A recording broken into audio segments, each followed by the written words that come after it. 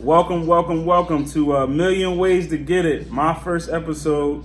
And I got a special guy with me today, Mr. Dave, Mr. Families First, Mr. Community Activist.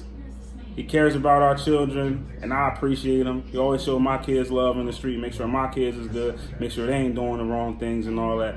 But we just gonna get into it, man. How'd you get to start in entrepreneurial painting? So what made you want to be a painter on your own?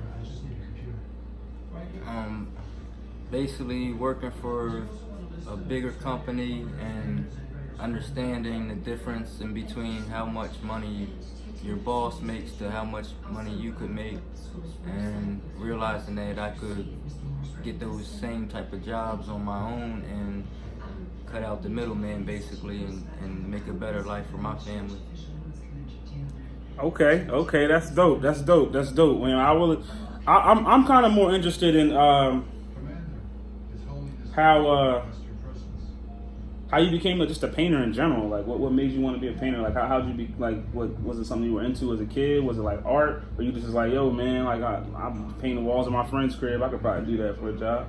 Honestly, I went to jail, and coming home from jail was hard to find work, having a felony on your record. So a lot of painting companies don't do background checks, so they were really the only jobs I could get.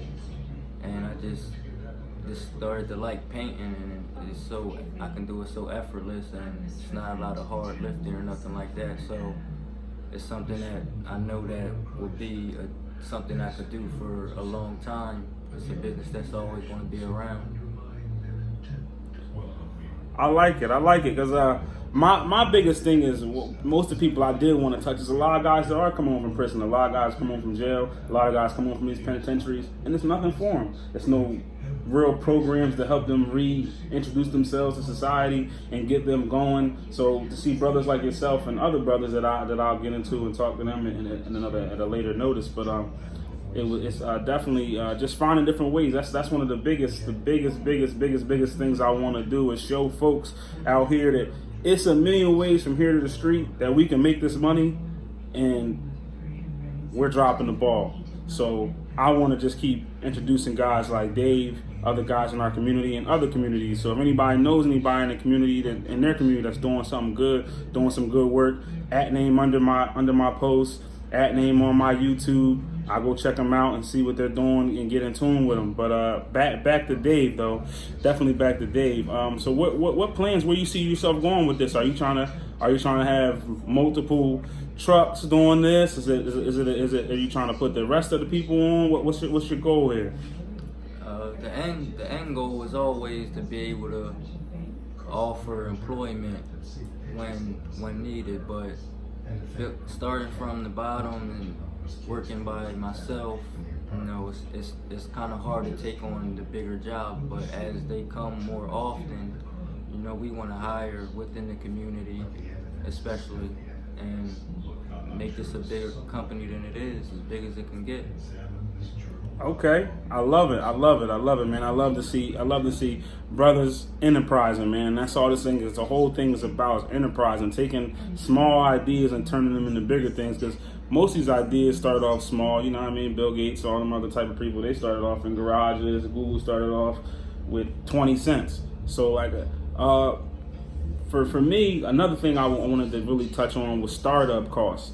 So if I was looking to I'm a young painter, and I'm looking to get myself in the game, how much money do I roundabout need to start myself off? All you need is enough money to buy your tools, and after that, your tools will pay for themselves.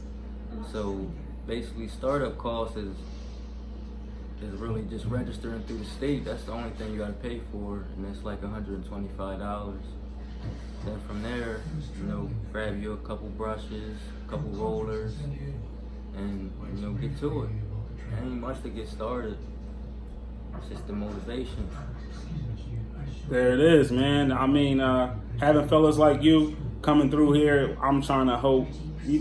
I just want to see your story spark the brain of someone else. Spark the brain of somebody that that could push the culture forward. And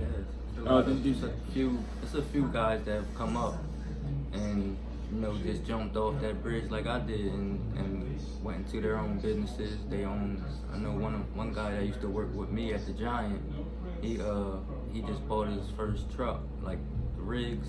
Okay. He started off, working with the rigs, driving for companies and stuff, and he just bought his own truck. Nice.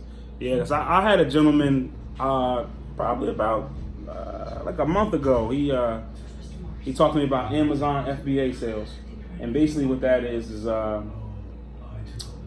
you go and you find products in stores, you buy them for low, sell them for a little higher on Amazon.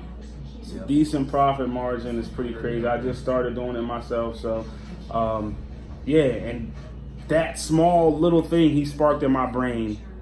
I went on YouTube. I went to a bunch of different places, and I found about 25 different ways you can make money with little to no startup costs.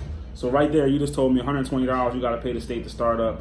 I know for a fact you can go to Habitat for Humanity and get paint for cheap. Yeah. Whole buckets of paint for $2, $3. So I know a lot of you guys like to smoke. Y'all like to drink. Williams give you a line of credit. They'll give you a line of credit based off of nothing. Just you having a business, proper paperwork and stuff like that.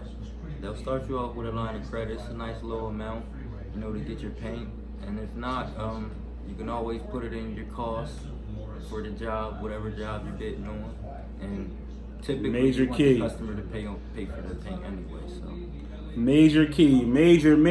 He's giving you major key right there. You want to put their cost for the items into your billing so that you can make that money whole. You're not taking money out of the bill to pay for stuff. You're putting it. You want money out of your pocket to pay for materials for a house that you're never going to see again. Say I come paint your house, I'm never going to see that paint again. So typically customers pay for their own paint. They like to go buy their paint anyway. So that's not really a big thing, but it is something to think about. For sure, man. So we talked about your vision, where you want to go. We talked about all that. What do you see the young entrepreneurs around us? Where do you see this going and pushing forward in the next, let's say, 5 years? With the Coatesville Rising going on, the building uptown and stuff, the new Midway Arts building is more opportunities out there to start your own businesses around here now. There's programs. There's a lot of people out there willing to help you if you just reach out for the help. I'm one of them. I would help you. But basically, you just gotta have that drive. It's gotta be something in you that says that you don't want to be normal anymore. I'm not saying I'm abnormal, but nah, you different, man. You're supposed to be different. That's the thing. That's the key, is that a lot of folks will take some of this stuff as arrogance and as I'm better than you, and that's not what that is. That's you realizing that, all right, there's 100,000 people right now on a hamster wheel going in a big circle. They're like, oh, I'm gonna get that promotion this year, I'm gonna get this and I'm gonna get that, not knowing that you're still going to be controlled. Yeah. Someone can still control your destiny. I was working for Coca-Cola. I was at work one day just chilling, minding my business. The dude that owns the whole place walked in and fired everybody. Walked in, cut everybody off. He walked in and said, everybody's done. We're done. Everybody, this whole building shut down. If you're not a driver, sorry. I was working for a big painting company. We were doing a pipeline in Virginia, and they were paying the workers so much money that the company essentially went bankrupt. Ooh. And everybody just didn't have a job anymore. But the bosses, everybody, they had already made their money, so it wasn't really nothing to them. Right. That's what I'm saying. Out, like you go from making $27 an hour, plus they let you stay as long as you want. So we worked 80, 90 hours, getting time and a half. Ooh. I know you was feeling that. From there to nothing. To zero in a matter of minutes. Oh. Matter of minutes, your whole world. Now you looking around, you trying to figure it out. You like, damn, man. Do I get unemployment? What do I do? Like, how do I change that narrative? And that's what I'm here to do. So like, we just gave you 2 separate ways to get it. In first episode, we got my man here who's killing it in the painting game. Can you just highlight some of the bigger deals that you've gotten since you started? Benihana's, Phoenixville High School, Callan Elementary, charter school called Basis in Washington, D.C. That out-of-state money. I heard that out-of-state money's nice. The Brandywine Center on Chester Avenue. We painted the 2nd floor in there. I actually took a couple pictures there a couple weeks ago. Regency, we had a contract with Regency for 2 years. That's major.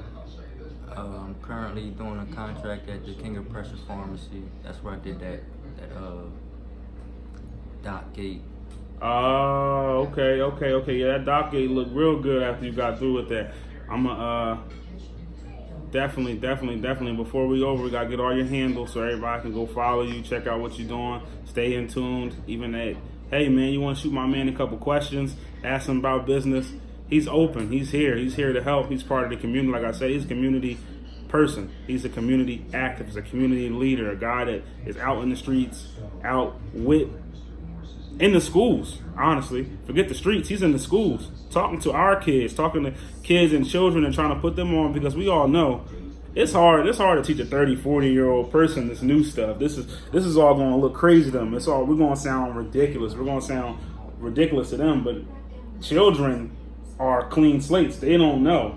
They listen too. And they're going to listen because they're coming up in the age of technology, and that's one of the things that I've seen people not understanding the age that we're in now. We're in an age where the normal factory worker, you go to McDonald's right now, they got a kiosk. They got a kiosk at McDonald's. You walk in there, and it's like maybe 3 or 4 workers in there. Before you know, it's going to be maybe 2 people in there. Ain't going to be no manager, no nothing. It's going to be 2 people in there, and all they do is fix the machines. The food gets made by itself. All they doing is sitting back with their feet up, collecting the check. I see the joint pour all the sodas for them and everything. See what I'm saying? Like that's where the economy is going. So with this is just highlighting ways. They're not gonna be able to get too many people that's gonna come in and have some automatic spray painters and all that. But by the time that comes, you'll be on it. You're gonna see that. But yeah, I mean the wave is definitely here. The technology wave is just gonna get huge and bigger and bigger and bigger for our children and the kids after them. So what would you say to folks out there that aren't really hip to the technology wave that we're in, and how to really attack this man? We got the cameras, man. We got cameras on phones, man. How we attack that? Once again, it's that motivation. Like, it's a million ways to get it. Really, my dude. You can literally Google anything. You know, you could teach yourself how to fix your car the same way you could teach yourself how to start a business. Any information you need is out there. There's no reason for you to not know things in the age of technology that we're in. Yo, man, this is a crazy, great first interview. Great first interview, man. I want to say thank you to my boy Dave once again for letting me pull up on his crib. Listen, man, I'm coming straight to you, man. Right now, I got a fake selfie stick on this. You don't got no excuses, man. I walked here. I ain't got no car. I don't need none of that. I'm going to get it. It's a million ways to get it, and we gonna get it. Give them your ad names, your handle name, where we find you at. We're on Facebook, Family First Painting, Instagram at Family First Painting Company. That's it. Phone numbers listed. It's easy to find. ffpainters@gmail.com. Yo, man, send my boy some business, man. You know somebody needs something painted, man. Holla at my man Dave. You need anything, man. www.familyfirstpainting.com. Look, he got it all for you, man. We got websites, we got Facebook, we got all that. So, you know what I mean? Once again, we're going to thank Dave for coming through. We appreciate you. And, we'll tune in, man. We're going to be hitting the streets, running around trying to get to this. A million ways to get it. I'm out of here.